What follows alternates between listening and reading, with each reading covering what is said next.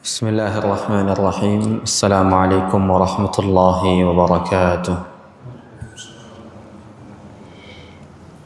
إن الحمد لله نحمده ونستعينه ونستغفره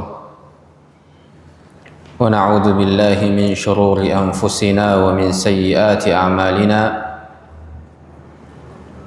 من يهده الله فلا مضل له ومن يضلل فلا هادي له. أشهد أن لا إله إلا الله وحده لا شريك له وأشهد أن محمدا عبده ورسوله صلى الله عليه وسلم. أما بعد.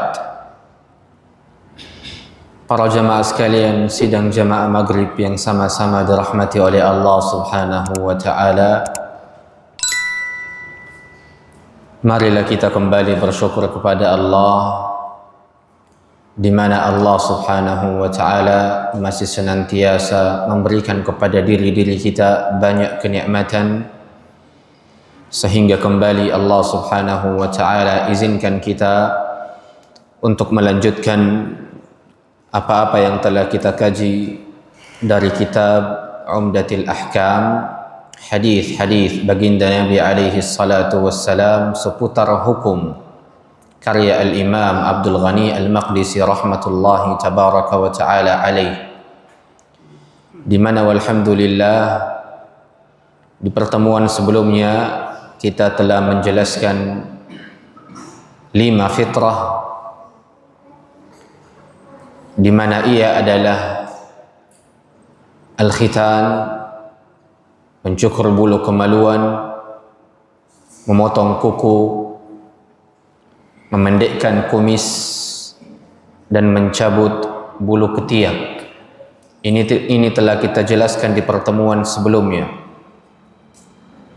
Untuk masuk ke dalam bab yang baru, ialah bab tentang mandi dari junub, di mana mandi ini dalam bahasa Arab artinya, ataupun dalam bahasa Arabnya, al-ghuslu. Ini mandi namanya, al-ghusl. Tapi di antara keindahan bahasa Arab, hurufnya sama, harakatnya saja yang berbeda, tapi maknanya berbanding terbalik.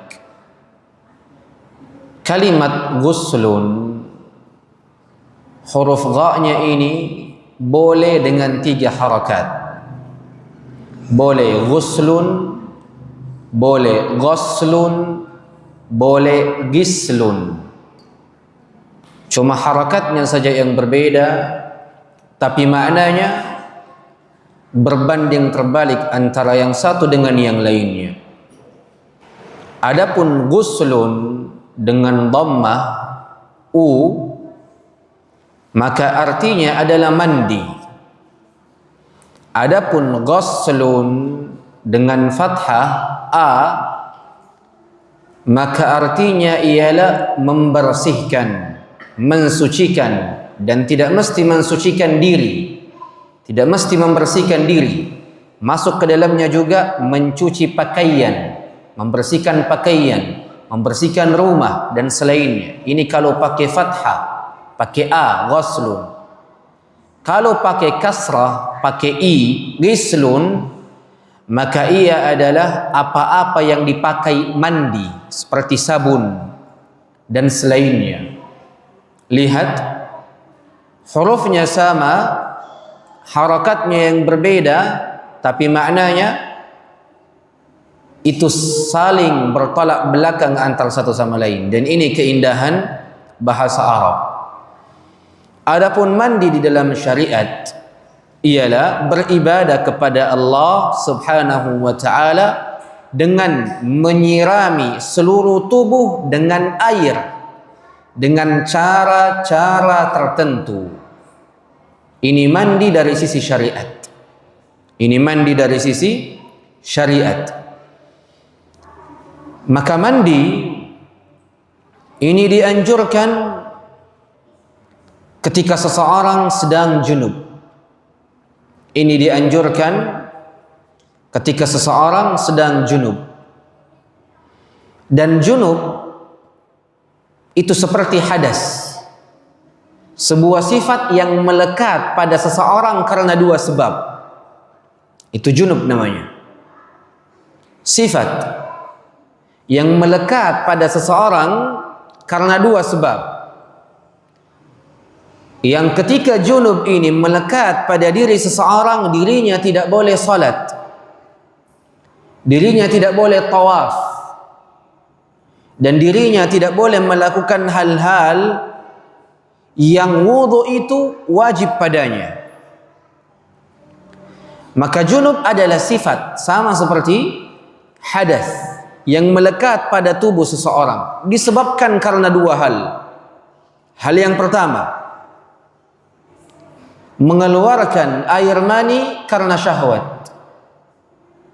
Mengeluarkan air mani karena syahwat. Ini sebab yang pertama. Entah ia dalam kondisi bangun ataupun ia dalam kondisi tertidur. Karena kita pahami mimpi basah itu sebab dari sebab keluarnya air mani karena syahwat. Maka ini sebab yang pertama. Seseorang dikatakan sebagai orang yang junub, melekat pada dirinya sifat junub. Sebab yang kedua, melakukan hubungan badan. Melakukan hubungan badan, baik ia keluar atau tidak. Mau ia keluar ataupun tidak keluar, tetap dikatakan dirinya sebagai orang yang junub. Karena junub disebabkan dengan dua hal ini. Mengeluarkan air mani karena syahwat, baik dalam keadaan bangun ataupun dalam keadaan tertidur. Yang kedua, berhubungan badan, baik keluar ataupun tidak. Dan maksud berhubungan badan ialah masuknya kepala kemaluan laki-laki walaupun sedikit kepada kemaluan perempuan walaupun sedikit. Ini terhitung sebagai jima', berhubungan badan. Mau keluar ataupun tidak, orang ini wajib untuk mandi junub, disebabkan karena junub telah melekat pada dirinya sebagai sifat. Ini harus dipahami. Maka inilah yang akan kita bahas insyaallah tabaraka wa taala, di mana kita akan masuk ke dalam hadis yang ke-31, hadis yang diriwayatkan oleh Abu Hurairah radhiyallahu tabaraka wa taala an, di mana Abu Hurairah radhiyallahu an mengisahkan bahwasanya baginda Nabi alaihi salatu wassalam pernah menemuinya di sebahagian jalan dari jalan-jalan kota Madinah. Maka Abu Hurairah berjalan di jalan-jalan kota Madinah. Tiba-tiba baginda Nabi alaihi salatu wassalam lewat di jalan yang sama, sehingga ia bertemu dengan Abu Hurairah. Tapi kata Abu Hurairah, dalam kondisi saya bertemu dengan Nabi, aku sedang junub. Aku sedang junub. Maka kata Abu Hurairah, fan khanastu min, maka aku pun bersegera sembunyi dan menjauh dari baginda Nabi alaihi salatu wassalam. Fadhahabtu, aku pun pergi dari Nabi. Faghtasaltu, kemudian aku mandi junub. Thumma ji'tu, kemudian aku mendatangi Nabi alaihi salatu wassalam selepas diri Abu Hurairah telah mandi junub. Maka ketika Abu Hurairah bertemu dengan Nabi alaihi salatu wassalam, baginda Nabi alaihi salatu wassalam bertanya, "Aina kunta ya Abu Hurairah?" Di mana engkau wahai Abu Hurairah? Di mana engkau wahai Abu Hurairah? Yani baginda Nabi alaihi salatu wassalam melihat Abu Hurairah di jalan tersebut tiba-tiba menghilang, entah ke mana. Maka baginda Nabi alaihi salatu wassalam bertanya, "Aina kunt?" Di mana engkau tadi? Maka Abu Hurairah menjawab, "Kuntu junuba." Aku tadi sedang junub ya Rasulullah. fakarihtu an ujalisaka wa ana ala ghairi tahara, dan aku benci jikalau aku bertemu dengan dirimu, duduk bersama denganmu sedangkan aku tidak berada dalam kondisi yang suci. Abu Hurairah benci. Maka baginda Nabi alaihi salatu wassalam bersabda kepadanya, subhanallah, maha suci Allah, innal mu'mina la yanjus, sungguh orang-orang yang beriman ini tidak najis. Maka ini hadis dari hadis yang pertama dalam bab mandi junub yang akan kita kaji insyaallah tabaraka wa taala. Dalam hadis ini ada beberapa poin dari poin-poin hukum. Poin yang pertama ialah seorang muslim, apakah seorang muslim ini suci baik dalam keadaan hidup ataupun mati? yakni orang muslim, apakah seorang muslim ini akan tetap berada di atas kesuciannya? Dalam arti kesucian di sini tidak najis, baik dalam keadaan ia hidup ataupun mati. Maka seorang muslim disepakati bahwasanya dirinya tidak najis selama dirinya hidup. Selama dirinya hidup tidak akan pernah najis berdasarkan hadis ini. Innal mu'mina la yanjus, sesungguhnya orang-orang yang beriman itu tidak najis. Maka boleh duduk bersama dengan seorang muslim yang belum berwudu, boleh. Boleh duduk bersama dengan seorang muslim yang sedang junub. Boleh duduk bersama dengan seorang muslimah yang haid. Karena berdasarkan hadis ini kata Nabi alaihi salatu wassalam, innal mu'mina la yanjus, orang yang beriman tidak najis. Orang muslim dalam keadaan hidup itu disepakati ketidaknajisannya. Muncul pembahasan yang lain. Bagaimana dengan setelah kematiannya? Apakah setelah kematian seorang muslim itu menjadi najis? Di sinilah ada perbedaan di kalangan para ulama, di mana para ulama berbeda pendapat ke dalam dua pendapat dalam masalah hukum ketidaknajisan seorang muslim setelah kematiannya. Pendapat yang pertama ialah pendapat sebahagian para ulama yang bermadhab Imam Syafi'i. Mereka mengatakan orang-orang muslim yang telah meninggal itu najis. Akan tetapi imamnya madhab Syafi'i, yaitu Al-Imam An-Nawawi, malah melemahkan ucapan ini. Bersamaan dengan adanya pendapat sebahagian para ulama yang bermazhab Syafi'i mengatakan seorang muslim yang telah meninggal itu najis, imamnya mazhab Syafi'i yang diakui ucapannya dalam mazhab Syafi'i, yaitu Al-Imam An-Nawawi, malah melemahkan pendapat ini. Di mana Al-Imam An-Nawawi beralih kepada pendapat yang kedua, di mana pendapat yang kedua ini adalah pendapat mayoritas para ulama, di mana mayoritas para ulama menilai seorang muslim bahkan setelah dirinya meninggal itu tidak najis. Bahkan setelah dirinya tidak meninggal itu tidak najis. Dan ini mazhabnya Imam Abu Hanifah, mazhabnya Imam Malik, mazhabnya Imam Syafi'i, dan pendapatnya Imam Ibn Hazm rahimahullahu wa radhiya anhum ajma'in. Dan pendapat yang kuat tentunya ialah seorang muslim bahkan setelah sepeninggalnya itu tetap tidak najis. Itu tetap tidak najis. Kenapa? Berdasarkan hadis ini, al-mu'min la yanjus, orang yang beriman itu tidak najis. Belum lagi Allah Azza wa Jalla berfirman di dalam Al-Quran, وَلَقَدْ كَرَّمْنَا بَنِي آدَمَ, sungguh kami telah muliakan anak cucu Adam, yaitu dengan tidak najisnya dirinya. Dan bahkan baginda Nabi alaihi salatu wassalam dalam hadis yang lain, riwayat Abdullah ibn Abbas, kata baginda Nabi alaihi salatu wassalam, innal muslima laysa binajisin hayyan wa mayyita, seorang muslim tidak najis, baik dalam keadaan hidup ataupun dalam keadaan mati.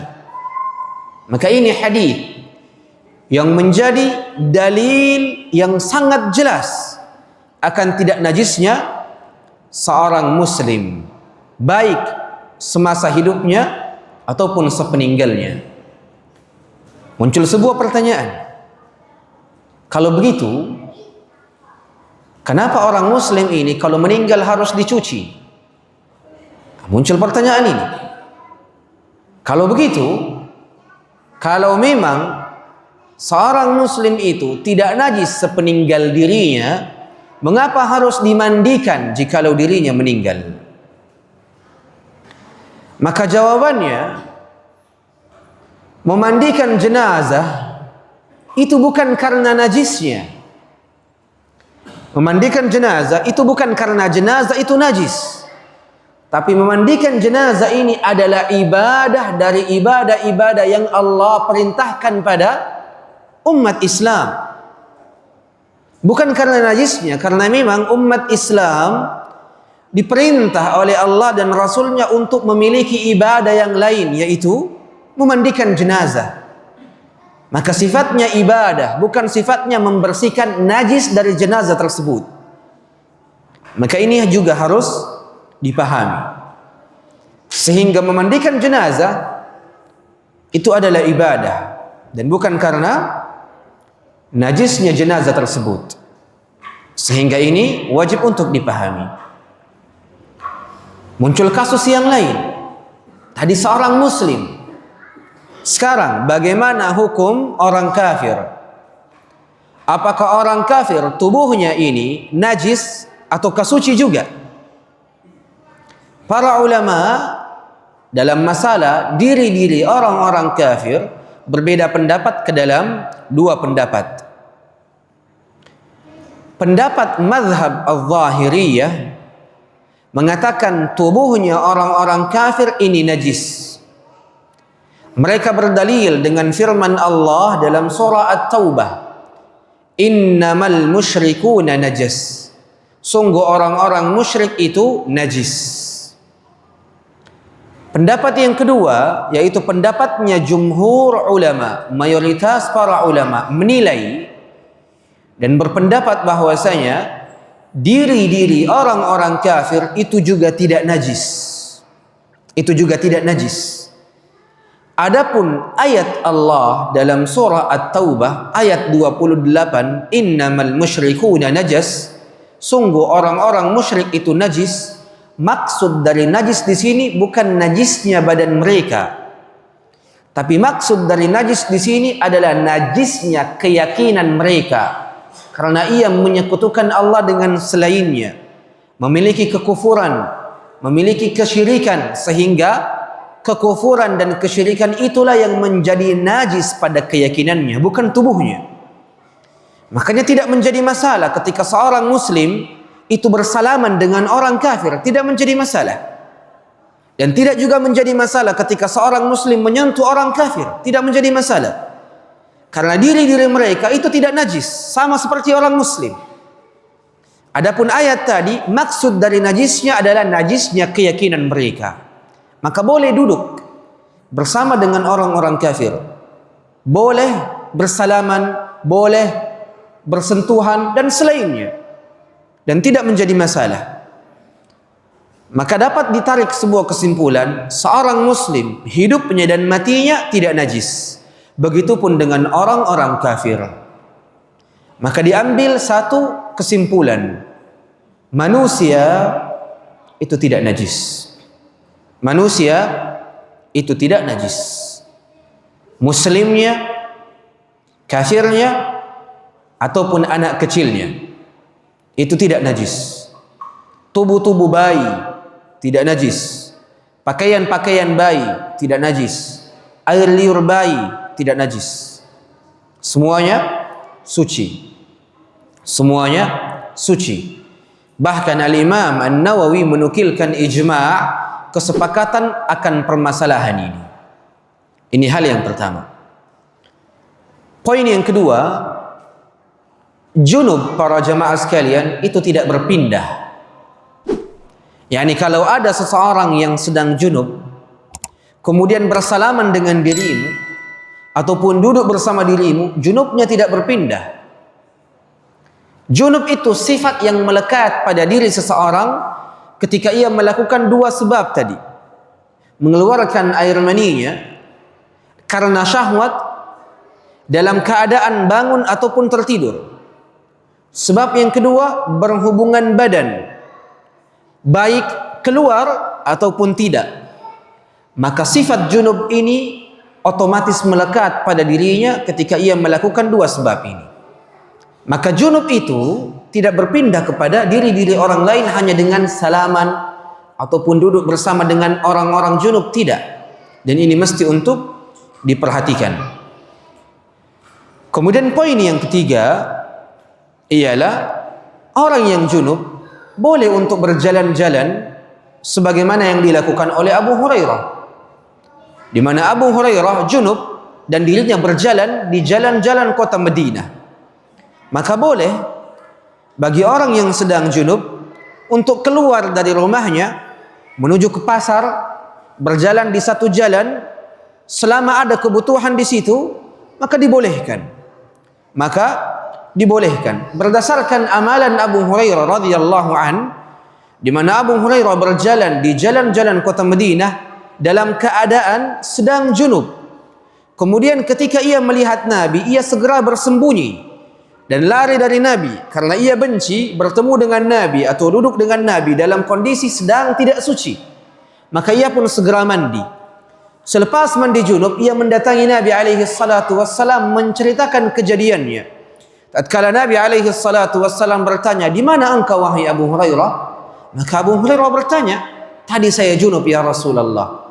Ketika Abu Hurairah mengatakan kepada Rasulullah, "Tadi saya junub," Nabi alaihi salatu wassalam tidak mengingkari amalannya Abu Hurairah. Seandainya keluar dari rumah bagi orang yang junub atau berjalan-jalan di suatu jalan bagi orang yang junub itu terlarang, pastilah baginda Nabi alaihi salatu wassalam akan mengingkari Abu Hurairah dengan mengatakan, "Kenapa engkau tadi keluar? Kenapa engkau tadi berjalan-jalan sedangkan engkau junub?"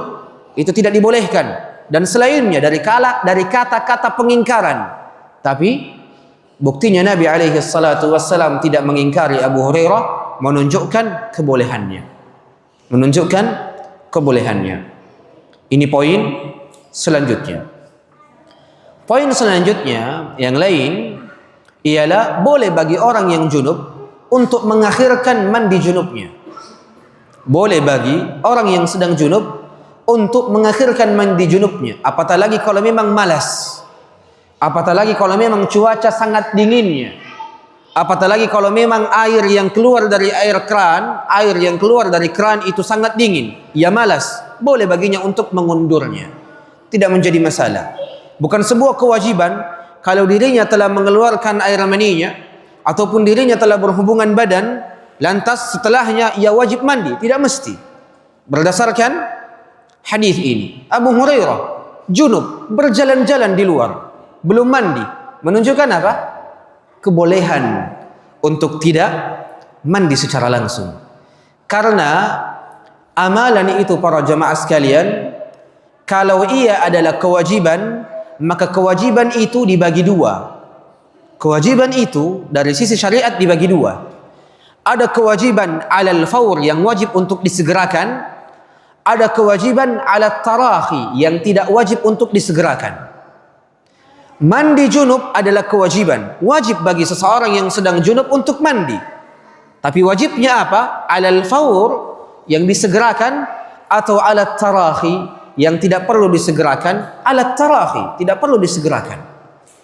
Berbanding terbalik dengan haji, berbanding terbalik dengan umrah, hukumnya wajib sekali dalam seumur hidup pada diri seorang hamba, sekali dalam seumur hidup. Yang kedua kali hukumnya sunnah. Sekali, yang pertama kali itu hukumnya wajib. Dan wajibnya kata para ulama alal fawr, wajib untuk disegerakan. Apatah lagi kalau memang memiliki harta, kemudian mampu dari sisi tubuh, ini tidak boleh ditunda-tunda. Ini tidak boleh ditunda-tunda.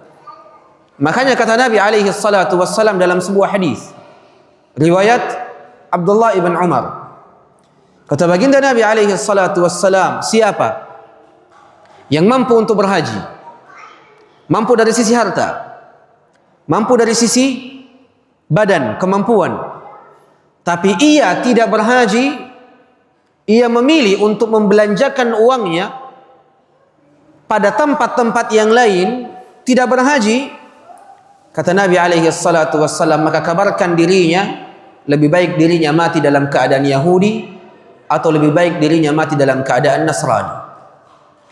Penegasan yang sangat tegas dari Nabi alaihi salatu wassalam. Ini bagi siapa yang mampu. Karena kadangkala seseorang telah mampu dan sangat mampu, di mana datang waktu haji, ia malah mengarahkan hartanya ini pada perkara-perkara yang berkaitan dengan liburan keluarganya ke negeri-negeri tertentu, negara Eropa kah ataupun selainnya, sedangkan dirinya belum sama sekali berhaji. Orang yang seperti ini yang tercela. Maka kewajiban itu dibagi dua. Ada kewajiban yang hukumnya alal fawr, wajib disegerakan. Ada kewajiban yang hukumnya alat tarahi, tidak wajib disegerakan. Adapun mandi junub, ini kewajiban tapi tidak perlu untuk disegerakan selama tidak ada salat yang wajib untuk ditunaikan. Ini dari hal-hal yang mesti untuk diperhatikan. Makanya baginda Nabi alaihi salatu wassalam, sebagaimana diriwayatkan oleh Ummul Mukminin Aisyah radhiyallahu anha, beliau berkata, Rasulullah alaihi salatu wassalam pernah dalam keadaan dirinya sedang junub, tiba-tiba ketika ia ingin tidur, ia menyempatkan untuk berwudu seperti wudu dalam salat, kemudian ia tidur. Dalam artian baginda Nabi alaihi salatu wassalam pun ketika berada dalam kondisi junub, beliau alaihi salatu wassalam kadang tidak mandi secara langsung, bahkan berangkat tidur, nanti baru bangun dari tidurnya, kemudian ia mandi junub sebelum melakukan salat subuh secara berjamaah. Tapi di antara sunnah Nabi, bagi siapa yang ingin tidur dalam keadaan junub, untuk berwudu terlebih dahulu. Untuk berwudu terlebih dahulu. Dan ini hukumnya bukan wajib, hukumnya sunnah saja. Hukumnya sunnah saja. Makanya Abdullah ibn Umar, bukan Abdullah ibn Umar, Umar ibn al-Khattab radhiyallahu an, pernah bertanya kepada Nabi alaihi salatu wassalam, ayanamu ahaduna wa huwa junub, apakah ada di antara kita ini yang tidur sedangkan dirinya junub? Kata Nabi alaihi salatu wassalam, na'am ada. Idza tawadda, kalau dirinya berwudu, maka boleh bagi seseorang untuk tidur dalam keadaan junub, tapi sunnahnya berwudu terlebih dahulu. Berwudu terlebih dahulu. Tapi wudunya itu tidak akan mengangkat junubnya.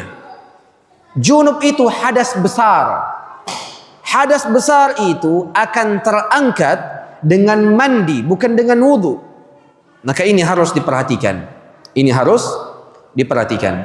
Makanya jumhur ulama menilai berwudu bagi orang yang junub sebelum tidur itu hukumnya sunnah saja. Kalau dirinya junub kemudian tidur dan tidak sempat berwudu, apakah dirinya berdosa? Tidak berdosa. Akan tetapi dirinya menyelisihi sunnah Nabi alaihi salatu wassalam. Ini yang mesti untuk diperhatikan. Poin selanjutnya para jamaah sekalian rahimani wa rahimakumullah, air itu tidak najis dengan turunnya orang yang junub. Yani ada bak mandi dipenuhi dengan air. Tiba-tiba ada orang yang sedang junub turun ke dalamnya, mencemplungkan dirinya ke dalamnya. Air itu tidak najis dengan turunnya atau masuknya orang-orang yang junub ke dalamnya, tidak. Maka jangan dipahami yang demikian ini, karena banyak dari masyarakat kita menganggap orang yang junub itu kalau masuk ke dalam air, airnya menjadi junub, airnya menjadi najis, tidak. Kalau orang yang junub masuk ke dalam air, air itu tidak menjadi najis. Tidak menjadi najis. Karena sekali lagi, junub itu tidak berpindah. Junub itu tidak berpindah. Dan junub itu adalah sifat yang melekat pada tubuh seseorang yang telah melakukan dua sebab tadi. Maka hendaknya ini mesti untuk diperhatikan, ikhwani al-kiram wa akhawati al-karimat rahimani wa rahimakumullah. Kemudian dari poin selanjutnya terkait dalam hadis ini, para jamaah sekalian rahimani wa rahimakumullah, ialah indahnya akhlak Abu Hurairah radhiyallahu anhu, di mana Abu Hurairah benci untuk duduk bersama dengan Nabi sedang dirinya tidak berada dalam kondisi yang suci. Ini akhlak yang baik yang hendaknya dicontohkan oleh kaum muslimin di zaman ini. Ketika seorang muslim ingin duduk bersama dengan orang-orang yang memiliki kemuliaan, pejabatkah, ataupun para ulamakah, ataupun para ahli ilmu, hendaknya ia tidak duduk bersama dengan dirinya dalam kondisi sedang tidak suci. Berdasarkan apa-apa yang dilakukan oleh Abu Hurairah, dan ini adalah kemuliaan dari akhlak Abu Hurairah radhiyallahu tabaraka wa ta'ala anhu.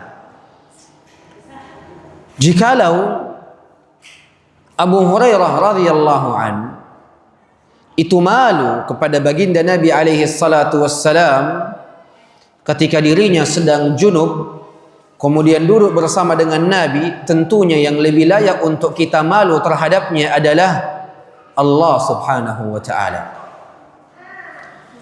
Kalau Nabi saja mesti kita malu terhadapnya, kalau kita sedang junub malu untuk duduk bersama dengan dirinya, tentunya lebih layak untuk malu terhadap Allah subhanahu wa ta'ala. Untuk malu terhadap Allah subhanahu wa ta'ala. Karena memang boleh bagi orang yang junub untuk berzikir, boleh. Yani engkau sedang junub, boleh bagi dirimu untuk berzikir, tidak menjadi masalah. Berdasarkan hadis Aisyah radhiyallahu anha, kata Aisyah radhiyallahu anha bahwasanya baginda Nabi alaihi salatu wassalam itu senantiasa berzikir kepada Allah dalam seluruh keadaan dan kondisinya. Ini riwayatnya Aisyah. Yani Nabi alaihi salatu wassalam senantiasa berzikir kepada Allah dalam segala kondisi dan keadaannya. Menunjukkan apa? Nabi pun dalam kondisi junub tetap berzikir kepada Allah. Maka ini dalil kebolehan berzikir kepada Allah walaupun dalam kondisi junub. Tapi hendaknya kita malu kepada Allah subhanahu wa ta'ala dengan hal-hal seperti ini. Sebagaimana Abu Hurairah malu kepada baginda Nabi alaihi salatu wassalam, dan Allah lebih layak untuk kita malu terhadapnya. Lebih layak untuk kita malu terhadapnya. Makanya para ulama menjelaskan hendaknya orang-orang yang junub ketika ingin berzikir kepada Allah ataupun ketika ingin duduk bersama dengan orang-orang yang memiliki kedudukan dan kemuliaan, hendaknya ia bersegera untuk mandi. Dan ini yang lebih afdal, lebih layak, walaupun tidak ada kewajiban di situ. Tapi ini yang paling baik. Ini yang paling baik, insyaallah tabaraka wa ta'ala. Maka hendaknya ini pun juga menjadi perhatian kita bersama. Poin selanjutnya dalam hadis ini, para jemaah sekalian, ialah sebuah faedah yang menjelaskan bahwasanya Nabi alaihi salatu wassalam tidak mengetahui hal yang gaib. Nabi alaihi salatu wassalam tidak mengetahui hal yang gaib. Kenapa? Abu Hurairah berjalan di satu jalan, Rasulullah berjalan di jalan yang lain, dan terlihat Abu Hurairah pada diri Nabi alaihi salatu wassalam. Tiba-tiba Abu Hurairah bersegera bersembunyi, lari, pergi agar tidak bertemu dengan Nabi karena kondisinya yang pada saat itu sedang junub. Ketika Abu Hurairah telah mandi, ia mendatangi Nabi. Apa yang ditanyakan oleh Nabi alaihi salatu wassalam? Di mana engkau wahai Abu Hurairah? Seandainya Nabi alaihi salatu wassalam mengetahui hal yang gaib, tidak mungkin Nabi bertanya di mana engkau wahai Abu Hurairah. Pastilah Nabi akan mengetahui tadi Abu Hurairah berlari ke rumahnya, kemudian mandi karena dalam kondisi sedang junub, kemudian mendatangiku. Tapi buktinya Nabi alaihi salatu wassalam bertanya kepada Abu Hurairah, di mana engkau tadi wahai Abu Hurairah? Dijawablah oleh Abu Hurairah, saya tadi junub ya Rasulullah. Maka ini sebuah dalil yang sangat jelas bahwasanya baginda Nabi alaihi salatu wassalam tidak mengetahui hal-hal yang gaib, hal-hal yang gaib. Karena pada sebahagian manusia memiliki keyakinan bahwasanya baginda Nabi alaihi salatu wassalam itu mengetahui hal-hal yang gaib, dan ini keliru, dan ini bukti yang nyata bahwasanya Nabi alaihi salatu wassalam tidak mengetahui perkara-perkara yang gaib. Perkara-perkara yang gaib hanya diketahui oleh Allah Subhanahu wa taala. Makanya Allah Azza wa Jalla memerintahkan baginda Nabi alaihi salatu wassalam untuk mengatakan dan mengabarkan kepada umatnya. Qul, katakanlah wahai Muhammad kepada umatmu, la aqulu lakum indi khazainullah wa la a'lamul ghaiba wa la aqulu lakum inni malak in attabi'u illa ma yuha ilai. Katakanlah wahai Muhammad kepada umatmu, sungguh aku tidak akan mengatakan kepada kalian bahwasanya saya memiliki hal-hal yang gaib yang dimiliki oleh Allah. Dan kata Nabi alaihi salatu wassalam, sungguh aku tidak mengetahui hal yang gaib, dan sungguh aku bukanlah seorang malaikat. Tidaklah diriku ini melainkan diri-diri yang mengikuti apa-apa yang Allah wahyukan pada diriku. Maka ini dalil yang sangat jelas dalam surah Al-An'am ayat 50 menjelaskan secara gamblang dan jelas bahwasanya Nabi alaihi salatu wassalam tidak mengetahui hal-hal yang gaib. Ini poin selanjutnya. Adapun poin yang lain ialah ketika baginda Nabi alaihi salatu wassalam mendengar jawaban Abu Hurairah, tatkala Abu Hurairah mengatakan, saya tadi junub ya Rasulullah, dan aku benci duduk bersama denganmu, bertemu denganmu dalam keadaan aku sedang junub, sedang tidak suci. Apa jawaban Nabi? Subhanallah. Maka subhanallah itu boleh diucapkan dalam dua kondisi. Kondisi yang pertama adalah kondisi ta'jub. Ta'jub dengan jawaban dari orang lain, itu boleh kita mengucapkan subhanallah. Atau yang kedua ialah boleh mengucapkan subhanallah dalam keadaan kita mengingkari. Boleh. Seperti baginda Nabi alaihi salatu wassalam, subhanallah, innal mu'mina la yanjus. Maha suci Allah, sungguh orang beriman itu tidak najis. Maka kalimat subhanallah boleh diucapkan dalam dua kondisi, sedang ta'jub atau sedang mengingkari. Kita melihat adanya gedung yang sangat tinggi, pencakar langit, kita takjub dengannya, kita katakan subhanallah. Adapun ketika seorang muslim mendapatkan kabar gembira, kabar yang baik, maka sunnahnya itu bertakbir. Sunnahnya itu bertakbir. Ketika ada kabar gembira yang datang kepada diri-diri kita, sunnahnya itu ialah bertakbir. Seperti apa yang dilakukan oleh para sahabat Nabi radhiyallahu anhum. Ketika baginda Nabi alaihi salatu wassalam mengabarkan kepada diri-diri mereka tentang kabar gembira, maka seluruh para sahabat mengatakan Allahu Akbar, bertakbir kepada Allah Subhanahu wa ta'ala. Adapun subhanallah diucapkan dalam keadaan ta'jub dan dalam keadaan mengingkari. Seperti suatu ketika wanita mendatangi baginda Nabi alaihi salatu wassalam, mendatangi baginda Nabi alaihi salatu wassalam. Kemudian perempuan ini mengatakan, ya Rasulullah, apakah wajib bagi wanita itu untuk mandi wajib dari haidnya Maka baginda Nabi alaihi salatu wassalam mengatakan, khudhi firsatan min misk fatatahhiri bihi. Bersucilah engkau, ambil sebuah timba yang berisikan pengharum tubuh pada dirimu, kemudian bersihkan dirimu dengannya, mandi dengannya. Maka wanita ini bertanya, kaifa atatahhar? Bagaimana saya bersuci? Bagaimana saya mandi? Kata Nabi, mandi dengannya. Maka wanita ini kembali bertanya, bagaimana ya Rasulullah? Rasulullah jengkel dengan mengatakan, subhanallah, tatahhiri, bersuci dengannya 3 kali. Diulang-ulang pertanyaannya, ya Rasulullah, bagaimana saya mandi? Dengan begini. Ya Rasulullah, bagaimana saya mandi? Dengan begini. Ya Rasulullah, bagaimana saya mandi? 3 kali. Yang ketiga kali Rasulullah mengatakan apa? Subhanallah, tatahhiri, bersuci dengan seperti ini.